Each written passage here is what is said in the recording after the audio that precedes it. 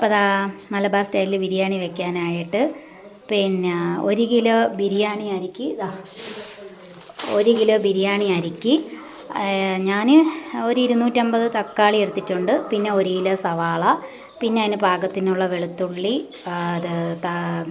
മുളക്, ഇഞ്ചി എടുത്തിട്ടുണ്ട്. പിന്നെ പാകത്തിന് തൈരും എടുക്കണം. പിന്നെ മല്ലിച്ചപ്പും പുതിനയിലയും അതും എടുക്കണം. അപ്പോൾ ഇതൊക്കെ ഒന്ന് നമുക്ക് അടിച്ചെടുത്തിട്ട് വരാം. അപ്പോൾ അതാ മല്ലിച്ചപ്പ് അരിഞ്ഞെടുത്തിട്ടുണ്ട്, ഇഞ്ചി പേസ്റ്റും അടിച്ചെടുത്തിട്ടുണ്ട്, മുളകും അടിച്ചെടുത്തിട്ടുണ്ട്. ഇനി നമുക്ക് ഞാൻ ചട്ടി അടുപ്പത്ത് വെച്ചിട്ടുണ്ട്. വെളിച്ചെണ്ണയിൽ ഒഴിച്ചിട്ടുണ്ട്. ഇനി ബാക്കി പരിപാടികൾ ചെയ്യാം. സവാള ഇട്ടപ്പോഴും തക്കാളി ഇട്ടപ്പോഴും എനിക്ക് തക്കാളി ഇപ്പോൾ ഇട്ടിട്ടേ ഉള്ളൂ. പക്ഷേ സവാള ഇട്ടൊന്ന് മൂത്ത് വരുന്ന ആ ടൈമിൽ എനിക്ക് വീഡിയോ എടുക്കാൻ എനിക്ക് പറ്റിയില്ല.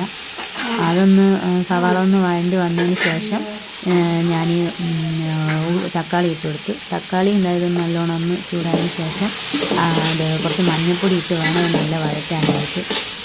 അപ്പോൾ ആ മഞ്ഞൾപ്പൊടി ഇട്ട് കൊടുത്ത് അങ്ങനെ തക്കാളി ഒന്ന് നല്ല വഴണ്ടി വരട്ടെ. തക്കാളി വഴണ്ടി വന്നപ്പോൾ അതിലേക്ക് ഞാൻ ചതച്ച് വെച്ചിരുന്ന പച്ചമുളകും ചതച്ച് വെച്ചിരുന്ന ഇഞ്ചിയും വെളുത്തുള്ളിയും ആയിട്ടുള്ള പേസ്റ്റ് ഞാൻ അതിലേക്ക് ഇട്ട് കൊടുത്ത് എന്നിട്ട് അത് നന്നായിട്ടൊന്ന് വഴറ്റിയെടുക്കും.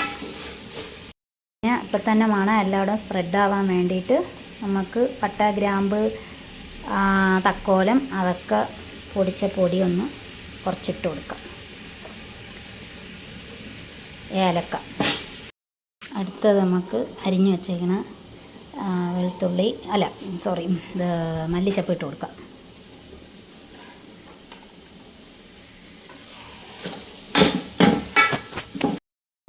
ഇനി നമുക്ക് ഈ 1 കപ്പ് തൈര് അതിലോട്ട് ഒഴിച്ച് കൊടുക്കാം.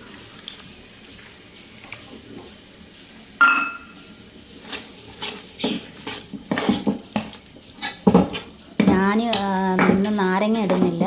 നാരങ്ങ ഇടുകയാണെന്നുണ്ടെങ്കിൽ ഇത്രയും തൈര് വേണ്ട, കുറച്ച് മതി. പിന്നെ പുളിയുള്ള തൈരാണെങ്കിലും ഇത്രയും വേണ്ട, കുറച്ച് മതി. ഇത് പുളി കുറഞ്ഞ തൈരായത് കാരണം പിന്നെ നാരങ്ങ ഇല്ലാത്തത് കൊണ്ട് ഞാൻ കുറച്ച് തൈര് അധികം ഒഴിച്ചു. പിന്നെ നമുക്ക് കുറച്ച് കുരുമുളകിൻ്റെ പൊടിയും കൂടെ ഇട്ട് കൊടുക്കാം കേട്ടോ. 1 സ്പൂണ് മതി. എരിവുണ്ട്, അതുകൊണ്ട് കുറച്ച് ഒരു കുരുമുളകിൻ്റെ ഒരു മണത്തിന് വേണ്ടി 1 സ്പൂൺ മതി. അരി അതിലേക്ക് ഇട്ട് കൊടുക്കലല്ല, വേറൊരു ഇതിൽ 1 കിലോ അരി തിളപ്പിച്ച് ഊറ്റിയാണ് ചോറ് ഞാൻ അതിലിട്ട് കൊടുക്കൽ. മലപ്പുറം ദം ബിരിയാണിയിൽ ചോറ് ഊറ്റിയാണ് ഇട്ട് കൊടുക്കുന്നത്. അപ്പോൾ ചോറ് തിളയ്ക്കാൻ വേണ്ടി വെച്ചിട്ടുണ്ട്. സോറി, അങ്ങനെ മസാല കൂട്ടിയതും മാത്രമേ കാണിച്ചുള്ളൂ. ചിക്കൻ ഇട്ടതും ചോറിട്ടതൊന്നും കാണിക്കാൻ എനിക്ക് പറ്റിയില്ല. എല്ലാം ഇട്ട് ദമ്മിട്ട് വെച്ചേക്കണം. ഇനി അടുത്ത ബിരിയാണി വയ്ക്കുമ്പോൾ ഫുള്ളും കാണിച്ചു തരാം. അപ്പോൾ എൻ്റെ മലപ്പുറം ബിരിയാണി റെഡി ആയിട്ടുണ്ട്.